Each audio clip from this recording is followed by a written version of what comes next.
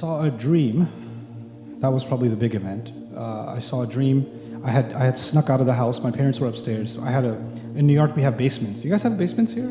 Okay, so not too many, but we do have. Okay, so our home in Queens we had a basement. So my room was in the basement. Also because my sister didn't want to be in the basement, and then I get the basement because it gets flooded. So, but I was okay with it. So the advantage of it was it had its own backdoor exit out of the house. So I could sneak out of the house from the basement and nobody would know. So I snuck out of the house, went to this party with my Hindu friend, hung out with him until 3 in the morning, snuck back into the house. Dad never found out. Now they're gonna watch this video. But anyway,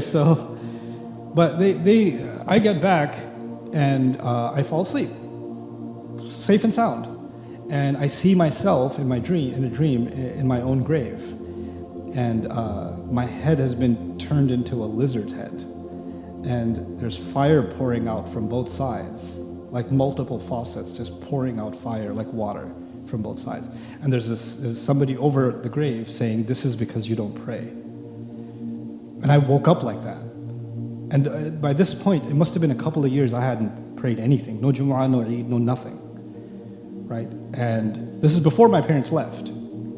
So now I get up and I prayed. I don't even know. I knew there are 5 prayers, but I didn't quite remember how they work. So I prayed some version of Isha, followed by some version of Maghrib, followed by some version of, in succession. And so you didn't grow up in a family environment where they taught you how to pray from They a young did, age, but it had been so long since I prayed that you had forgotten it. I've forgotten it. That's it. Yeah. And then I was in sajda and I started crying. And I kept on crying. And then I fell asleep crying. Is this still in the dream? No. No, this was in real life. So I fell asleep crying. I woke up the next morning in sajda. And something in me just kind of got shaken up. And the first thing I decided to do, because I was going to go to meet with my friends the next day. Like, nothing in my outside world has changed. Something crazy has happened inside, but nothing outside is different, right? My friends are like, "Hey, you want to go get some pizza?" No, I don't want to go. I don't want to do this. I don't want to do this. I start pulling away from all of my social acquaintances, right? And they start noticing, "You okay? You all right?